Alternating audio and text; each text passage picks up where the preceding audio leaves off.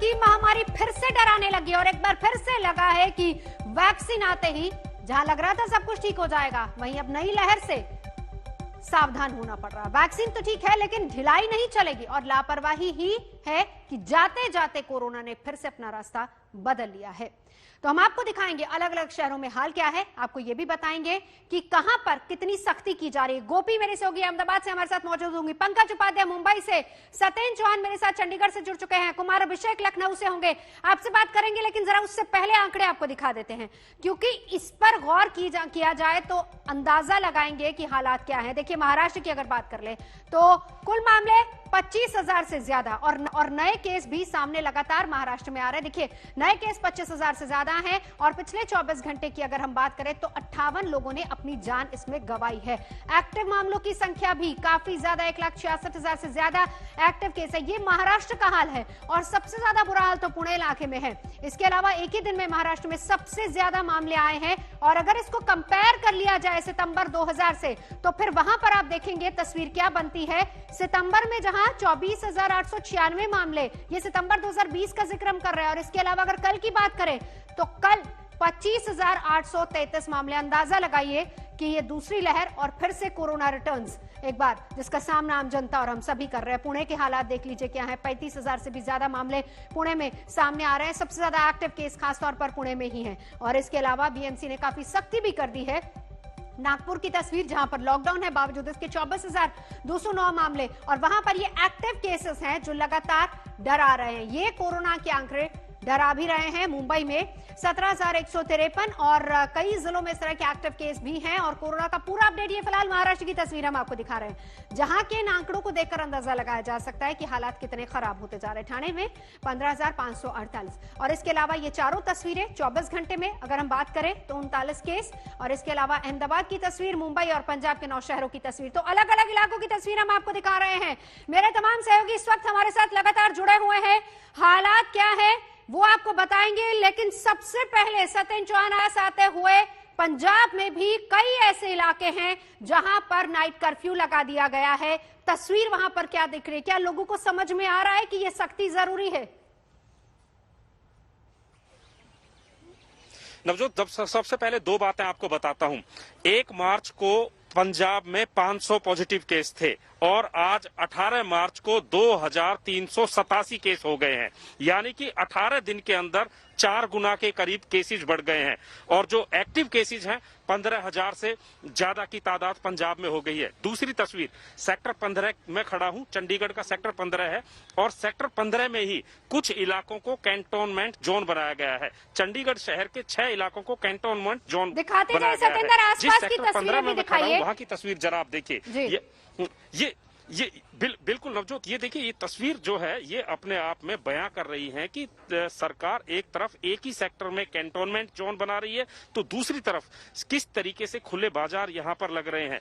तीसरी तस्वीर ये है कि इस समय पंजाब के मुख्यमंत्री कैप्टन अमरिंदर सिंह, स्वास्थ्य मंत्री बलबीर सिंह सिद्धू उच्च अधिकारियों के साथ मीटिंग ले रहे हैं और कल 4 साल पूरे होने के मौके पर कैप्टन अमरिंदर सिंह ने कहा था कि सरकार कोरोना के केसेज को देखते हुए कड़े कदम उठा सकती है और आज हालात ये है कि पंजाब के 10 बड़े शहरों में रात्रि 9 बजे से सुबह के 5 बजे तक कर्फ्यू का ऐलान कर दिया गया है। लेकिन जिस तरीके से मृत्यु दर पंजाब में अगर बात करें तो आज के दिन सबसे ज्यादा बढ़ी हुई है। कल पिछले 24 घंटों में 38 मौतें हुई हैं और ये सिलसिला पिछले 1 सप्ताह से लगातार चला आ रहा है और पॉजिटिव जो एक्टिव केसेज हैं वो लगातार बढ़ रहे हैं। तो दूसरी तस्वीर भी ये साथ साथ हमने आपको दिखाई है कि सरकार एक तरफ सख्ती की बात कर रही है तो दूसरी तरफ ढिलाई किस तरह की है और अमूमन इस तरह की जगह पर जहां पर हर इलाके से, देश के हर इलाकों से सामने आ रही। सत्येंद्र, मैं लौटूंगी आपके पास। पंकज उपाध्याय मेरे साथ मौजूद है क्योंकि महाराष्ट्र में भी बहुत ज्यादा केसेस है। पंकज, मैं लौटती हूँ लेकिन उससे पहले जरा हम कंपैरिजन देख लेते हैं। ये देखना बहुत जरूरी है। देखिए अगर हम पूरे भारत का कंपैरिजन सिर्फ महाराष्ट्र से करते हैं, पूरे हिंदुस्तान में अगर 39,726 मामले हैं तो सिर्फ महाराष्ट्र में देखिए 25,833 और इसी के साथ मौतें अगर 154 हिंदुस्तान में हुई हैं, इनमें 58 मौतें सिर्फ और सिर्फ महाराष्ट्र में हुई हैं। इसीलिए पंकज उपाध्याय, महाराष्ट्र में पहली बात बीएमसी सख्ती कर रही है और दूसरी बात जो डरा रहे हैं आंकड़े वो खास तौर पर महाराष्ट्र, पुणे, ठाणे ये सारे इलाके हैं जहां पर सख्ती की जरूरत है। पंकज, जी नवजोत, देखिए स्टेट कोविड टास्क फोर्स के जो मेंबर्स हैं, मेरी उनसे बातचीत हुई। उनका कहना है कि लॉकडाउन तो एक टेम्पररी मेजर होगा अगर इसकी बात करी भी जाती है, क्योंकि लॉकडाउन लगा दिया जाए उससे कुछ समय के लिए ही बढ़ते हुए केसेस पे रोक लगेगी। जैसे ही लॉकडाउन खुलेगा एक बार फिर से केसेस बढ़ना शुरू हो जाएंगे, क्योंकि इस वायरस के बारे में और ज्यादा जानकारी अभी नहीं है। क्या कोई नया म्यूटेशन है जिसकी वजह से ये सर्च देखी जा रही है? इस बारे में करीब 1200 samples national institute of virology Pune में भेजे गए हैं, लेकिन अभी तक कोई कंक्लूसिव रिपोर्ट इसके बारे में नहीं आई है। इसीलिए टास्क फोर्स ने राज्य सरकार से यह कहा है कि लॉकडाउन के बारे में मत सोचिए, कोशिश करिए, ज्यादा से ज्यादा टेस्टिंग करिए, कॉन्टैक्ट ट्रेसिंग करिए, उसके बाद ट्रीटमेंट करिए। और मैं आपको एक फिगर बता देना चाहता हूं नवजोत, फरवरी के माह में क्योंकि विदर्भ इलाके में अमरावती, यवतमाल जो सेंटर बने थे, एपिसेंटर थे जहां केस बढ़ रहे थे, पॉजिटिविटी वहां बहुत ज्यादा थी। देखिए एक महीने के अंदर कितना ज्यादा अंतर आया है। 14 फरवरी को अमरावती में पॉजिटिविटी रेट था 50% और यवतमाल में था 41%। एक महीने के अंदर में टेस्टिंग के बाद देखिए आज पॉजिटिविटी रेट अमरावती में है 12% और यवतमाल में है 9%। यानी जो स्टेट कोविड टास्क फोर्स के मेंबर्स कह रहे हैं कि अगर आप ज्यादा से ज्यादा टेस्टिंग कर रहे हैं, कॉन्टैक्ट ट्रेसिंग कर रहे हैं, तो फिर इस वायरस को काबू में लाया जा सकता है। और यही बात शायद अब बृहन मुंबई म्युनिसिपल कॉर्पोरेशन ने मुंबई में भी समझ ली है और उसने कहा है कि जो पहले नाइट कर्फ्यू की बात हो रही थी उसको दरकिनार करिए।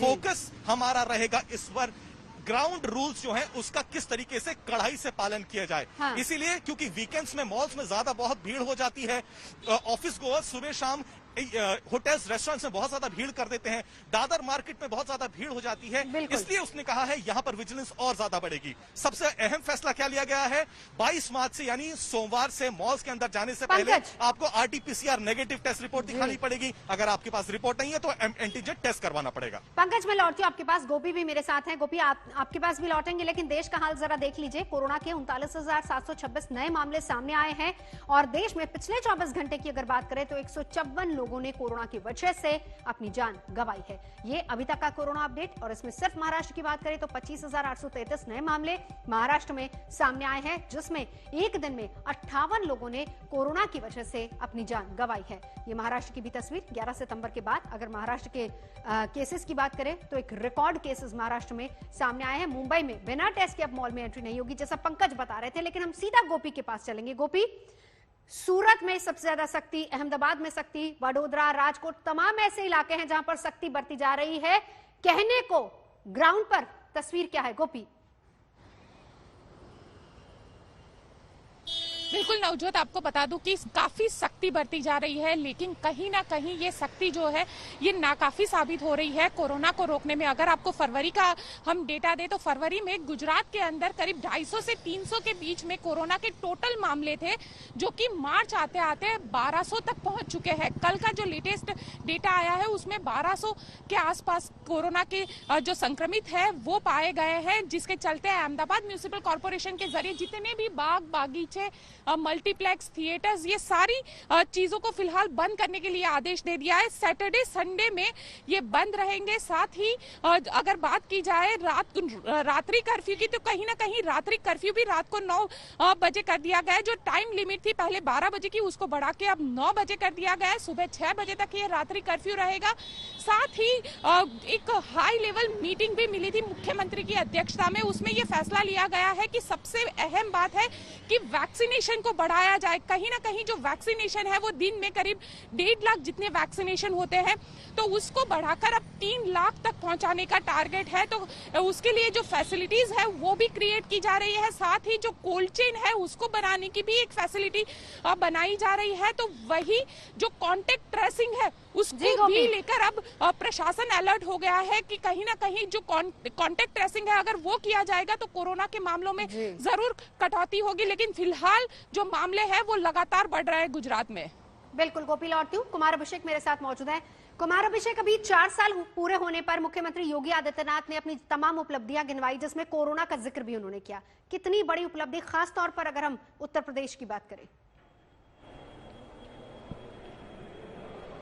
देखिए, अभी कुछ वक्त पहले ही, कुछ मिनट पहले ही उनका ये संबोधन, प्रेस कॉन्फ्रेंस खत्म हुआ है और उन्होंने एक तरीके से ये जरूर बताया कि कोरोना के खिलाफ कितनी बड़ी लड़ाई उन्होंने लड़ी है।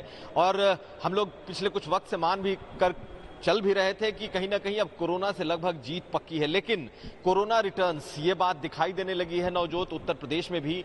और जो मामले फरवरी के आखिर तक 500 के नीचे आ गए थे, 400 से भी कम पहुंच चुके थे पूरे उत्तर प्रदेश में, वो आज बढ़कर 2200 से ऊपर चले गए हैं। आज का आंकड़ा 2235 है और पिछले 24 घंटे में पूरे उत्तर प्रदेश में 300 से ज्यादा मामले आए हैं और उसमें भी सबसे ज्यादा 77 मामले लखनऊ में पॉजिटिव केस आए हैं।